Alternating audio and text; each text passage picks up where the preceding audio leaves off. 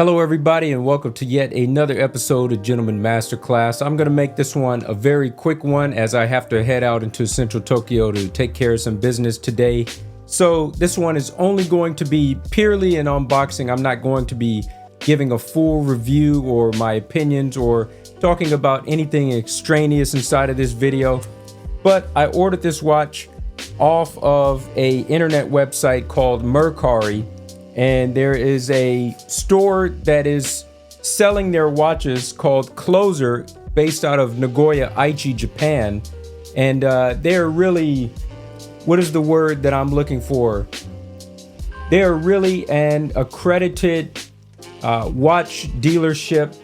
They don't do anything special, like they don't overhaul the watches before they sell them, and or they don't shine the watches before they sell them. They purely just check them to make sure that they're in working condition, and they sell them as is, but they sell good watches. They don't just sell a bunch of junk or a bunch of non-working items. So this is, obviously you saw the title of the video, this is the OMEGA Seamaster, and this is one that I've been wanting for a very long time, that has been on my watch bucket list. It's not the last or the only watch on my watch bucket list, but it is one of the watches on there. So I'm checking boxes with this one, and I'm happy to have gotten it. So here it is inside of here. Nothing special.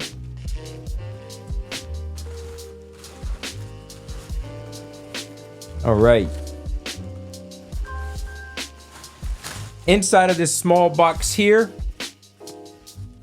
contains my watch. I got an Omega hang tag, and I got the 3 cards that came with the watch, but unfortunately it doesn't have a box. But to my credit, I do happen to have an Omega box. It's inside of my humidifying box right now, so I'm not going to pull that out. But during my full review, I'm going to pair up that box along with the card holder with all 3 of these cards and the watch, and it's going to make a full set. But I'm glad that I got all the essentials from this. But there goes my cards. I don't want to show any serial numbers on that, but I got all 3 cards inside of this. In fact, let me just take this out real quick. They're kind of dirty, but it's okay. You got 1, 2, and 3. So I got the pictograms, the chronometer certificate, and the international warranty. Now this watch was originally purchased in 2008 on December 22nd, and it was actually bought out of Yodobashi Camera. And I can't read the rest of this kanji here. It looks like it says Chiba, actually. I'll have to check that out later, but wow, this is fairly close to me if that is Chiba Station Yodobashi Camera. I think that is. I'm pretty sure I can read that kanji. That's Chiba Yodobashi. That's pretty close to home. So I'm glad to have gotten this. Wow, that's nice. And I'm glad to have gotten a 2008 model of this watch, because my friend Tim Remington, who I reference on this channel a lot, anytime you watch one of my watch videos, you're going to hear me say something about this guy. You might hear his name thrown out there. He's my resident watch expert here in Tokyo, Japan. And he tells me the things that I need to know. So what was it? I totally forgot why I brought up Tim Remington. There was a reason. All right. It'll come to me. It'll come to me. Let's just get the watch out of the package for now. I got my extra links here. There are 3 extra links, as well as a stem that goes inside of there, a push stem or whatever the hell you call those things. And you got the watch here wrapped up fairly tight in bubble wrap. So we're going to be on doing bubble wrap for days. Man, now why did I bring up Tim Remington? He was telling me something. It don't matter. I'm going to rewatch this video, and then I'm going to remember what it was that I wanted to say about him. Maybe I'll mention it inside the full review. I'm not gonna hurt my head thinking about it at the moment. No, I remembered. I said I was so glad to have gotten the 2008 variation of this watch, because it initially came out in 2006, and there was a few issues with the movement on that 2006 and 2007 version, because this was the first time that Omega had used the coaxial movement, coaxial, however the hell you say it, inside of the watches before. So it wasn't really tried and true. It had some kinks, some bugs that needed to be worked out.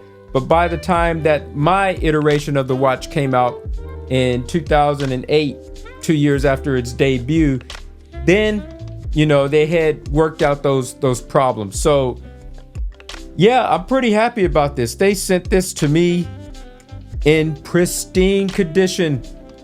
This looks like a whole brand new watch. Unfreaking believable. The bezel has no scratches on it. The crystal is absolutely clean. The bracelet is clean. Maybe they didn't service it, but maybe whoever they sourced this from did service it. Because when I bought this from them, they said that this thing was keeping -4 seconds. So I would say that that's in the realm of having been serviced recently, because I don't think a 2008 watch would be running in that good a condition, or nor would I think it would look this good. This is absolutely amazing. All right, real quickly, while I'm holding this up to the camera, let me try to get that in focus.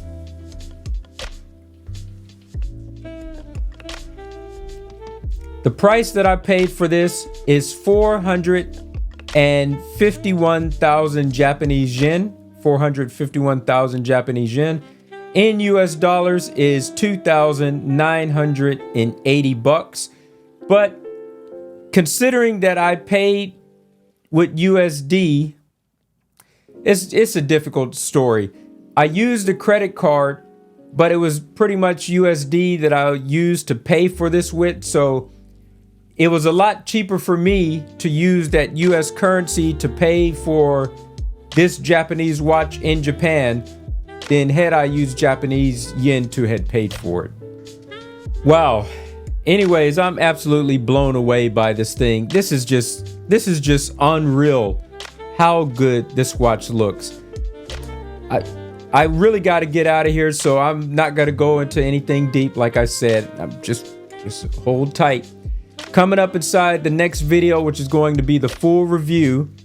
You know what? First of all, let me go ahead, take this Explorer 2 off, and I'll see if this watch fits. It might not be sized for my wrist. It might be a little bit too big, in which I'm going to Ginza today anyways, to the Nicholas Hayek building.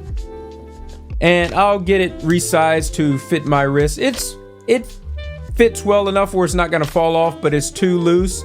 So I'll get an extra link taken out of this so that I have it a lot more tighter than what it is. But yeah, that feels pretty good. Actually feels pretty good. All right. Wow, I'm very happy about this. Nice. All right. Time to close this video out. I'd like to thank you guys for watching this episode of Gentleman Masterclass. Salute to you wherever you may be out inside the world, and I will see you guys next time. And until next time, keep it classy. I'm out.